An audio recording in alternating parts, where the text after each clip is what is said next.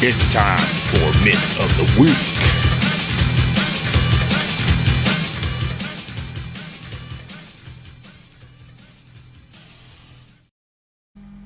All right, and before we start, looks like Mr. David Engelhart is up in the house, and he's over there on LinkedIn. So awesome! Thanks for joining us Cool. on the LinkedIn I sir. subscribed to him a little later than I wanted to, but I sent him a message back today. I've been so busy with other things, I hadn't even been on the site. I was trying to get everything ready, and I sent him a comment back today. So all right. let's Well, get your thanks for joining, Mr. Electrical Wizardry.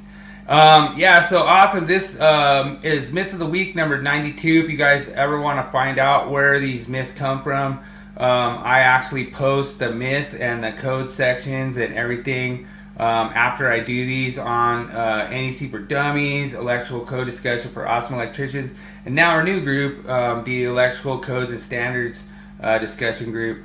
So I'm going to be trying to contribute as much as I can to those. This is really one of the ones we've argued a lot in there, where I've had inspectors tell me, you can't put those zip ties in there because you're bundling. Well, bundling is not illegal, and bundling is not a code violation. And what a lot of times this gets kind of misconstrued a lot, that they just say anytime you're grouping these conductors together, that you're creating kind of like a hot spot in the in all these conductors when you're grouping them together like this. And from what my understanding is, it says where spacing is not allowed or separation is not allowed, and it's not provided, you know. And so the way I look at this, you have a zip tie, it's grouping all the conductors together, then you allow spacing, then you're grouping them together, then you allow spacing. That's the way I look at it. But the whole thing is, I've never seen using zip ties as any kind of a code violation. Is you're just trying to dress the panel up. You're trying, you know, a lot of times they're grouping them where, you know, you have multi-conductor cables coming in, and you're trying to group them to identify that neutral and stuff like that. And yeah, so it looks like David got your message over there. Awesome. So yeah, awesome, sir. But one thing that this kind of comes into is a lot of people misconstrue this with like the 3 or more current carrying conductors grouped together, and a lot of guys will sit there and say, oh, well, you can only do 9 in there and stuff like that. So it's really funny when I came across this. I just really enjoyed this, sharing this myth with you guys, and then actually getting James's take on it, because I literally have no idea how James is going to handle this one. And so that's why I was talking to you on the phone the other night, James. I'm like, dude, I was like, I think I might have a hard one for you, but it might be an easy one. So the whole thing was that this is something that's been argued. I've actually had people on the job site like, oh no, they actually told us to use zip ties inside there, you know. So it's funny how you get so much contrast, where some people will say it's all right, and some people will say it's a code violation. So I really like seeing both sides of this coin. And to me, in my opinion, I think this is 100% myth. I don't see that's considered bundling, and I feel it's 100% permitted in the 2020 NEC. It is. It's false. All right, let me get in. Now, like you said, you get in and you start looking at adjustment factors. And like you said, that's where they get in and they talk about where you have more than 3 current carrying conductors. But one thing I will point out is, and you'll remember I did this. This has been about a year ago, maybe a little bit longer. But people were asking me about doing adjustment factors and correction factors, or a combination of both. And what I did is I went in and I actually took the branch circuit and I showed how to size for 210.19 A1A and B. So if I didn't have where I had the 3 or more current carrying, or if I had more than 3 current carrying conductors, I showed the calculation with 3 or more, then I showed it without 3 or less. So as I started looking at that, I went in and I showed how to apply all this. And then at the end of it, I went over and I took everybody to Annex B, and where I started showing how to do adjustment factors for more than three current conductors with road diversity. And if you remember, as we went through that, I was even showing where you could have other conductors in there that didn't even have any load on them at all. And it even recognized where you had neutrals and things like that. But what this got into is where I could have the conductors in there, and all those conductors could be on pulling so much amperage, but yet the other half may not at the same time. So yeah, and Juan brings up a good point here, about grouping makes sense and everything, but so this is another thing I was going to kind of get into too, Juan, is that anytime you have this grouping, it doesn't matter what the breathing or the heat dissipation is. If that's less than 10% of the run, then that is actually going to act as like a heat sink.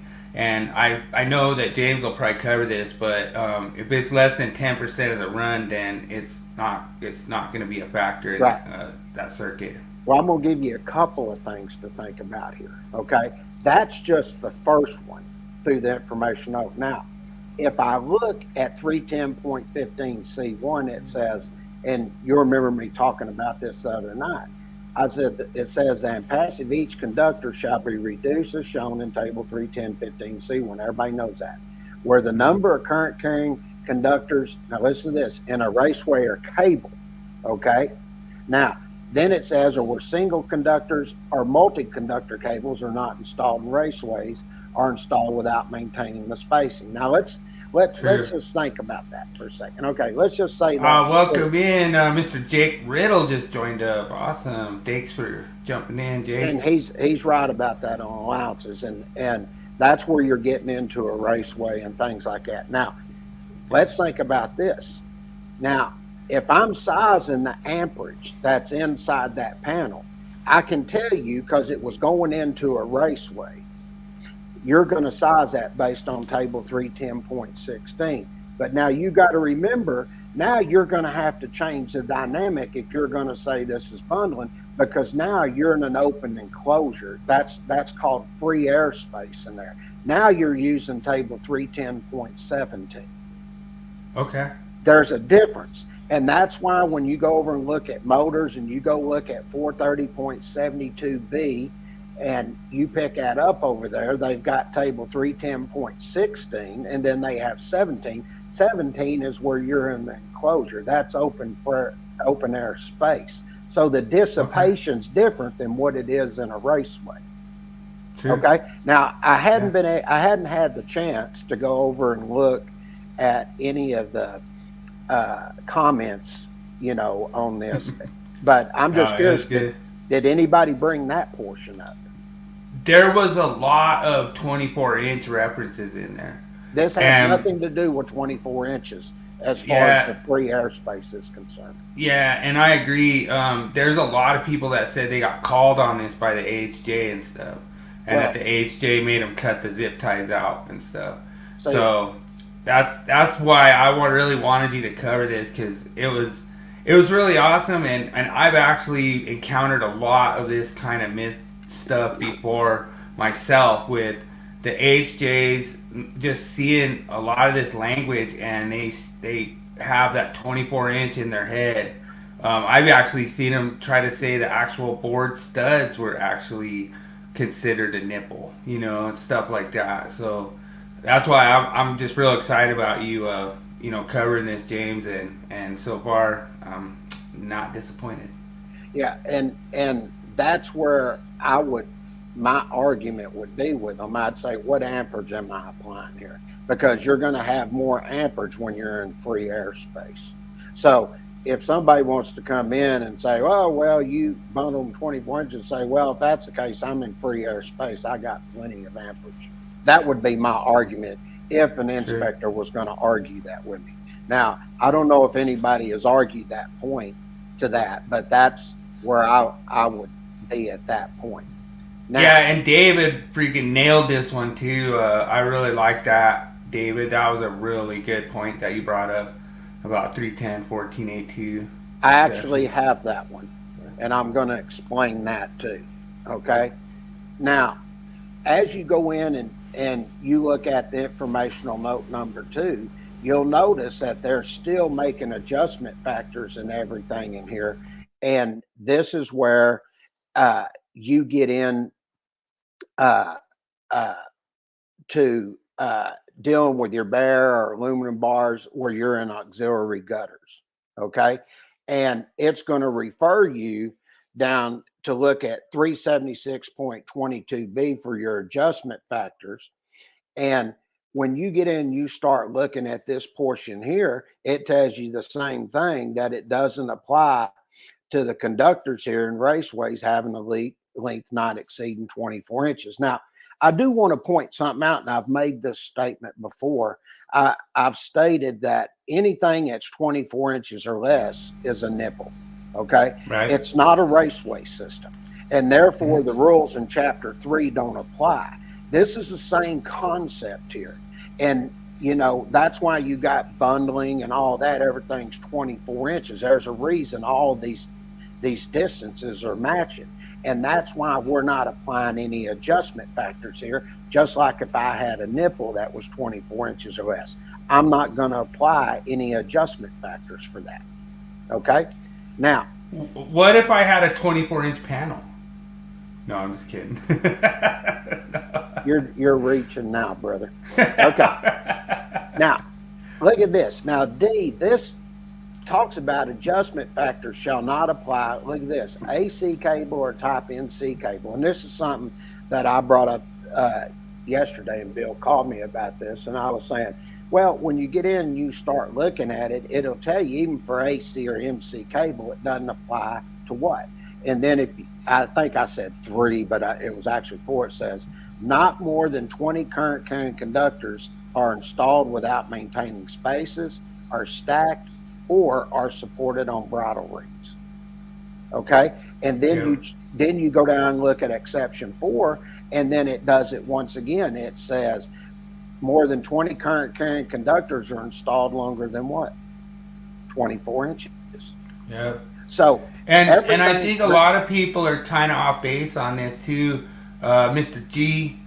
Like the neatness and everything, and I just don't see the overheating of the conductors inside that panel, because you're basically in like kind of a free air, environment, and I don't see that demand power to be increasing exponentially. But I mean, that's just me. I just don't see it. Like I say, if you're dealing with, let's just say you're bundling number 12s, you're actually going to be sizing that off the 90-degree C column. So you're going to be a lot different than when you're sizing that off like the raceway. So I don't see that being any kind of like a real world issue, sir. Right. That's why I wanted to bring it up, because if you look at table 310.17, the ampacities are higher. And the reason they're higher is because you are in free air. And and I think that's why you're not worrying about bundling in that panel, because and plus, it makes a neater looking installation on top of that. But I believe you've got so much air in there for dissipation, it doesn't become a problem. And every place that I look in here, it really is getting into where you're stacking on top of each other. They're all right next to each other. You're bundling together. They're not just out in free air. It's in a raceway. It's something like that. And I think that's what you have to look at. Now, if you were just taking cables and bump, I think you got a problem there, because you got insulation around those conductors and it's hard to dissipate. But when you go inside a panel board, you've stripped those cables and everything, and now those are conductors in free air. You see what I'm saying? It doesn't have insulation and everything around it that's holding that cable together. And when I do mine, I'll usually do like a zip tie at the top, and then they'll kind of go as a loose kind of bundle, and then I'll do a zip tie down a little bit halfway. But I'll use maybe like 3 zip ties per side, and so I'm actually allowing for spacing. One is the way I looked at it. That they're, I have them all bundled together. Then there's space where you could slip a conductor through there, and then they're bundled again. So it's not like they're just all bundled together as tight as you could possibly get them through that whole section. Sure, So, there's enough air there for it to dissipate. So, yep, and then you look at 14A2 exception. It talks about it where you have different ampacities, and it tells you it applies to portions of a circuit, and the higher ampacity shall be permitted to be used if the total portions of the circuit with lower ampacity does not exceed 10 foot or more, okay? right. Or 10% of the total circuit. So Yeah, I agree you with can that. come in and look at this, and that will take care of it also, in my opinion. This is just based on the way I read the code. And my main 2 sections really, is table 310.17, because if I go back here and I look at this right here and I look at my adjustment factors, I'm going to be applying that based on table 310.16, because these are contained within what? A raceway or a cable. Yeah. All right. Then, if that's the case, then my main focus at that point is table 310.17, because that's where the table for free air conductors, and then 310.14A2 exception. And I guess by what was just said, I'm assuming David Englehart mentioned this in one of the comments. Yes, Okay. he did. All right, He well, nailed it. David, I agree with you, brother. I'll tell you right now. But that is the way I view that. And the most important part of that to me is table 310.17. I think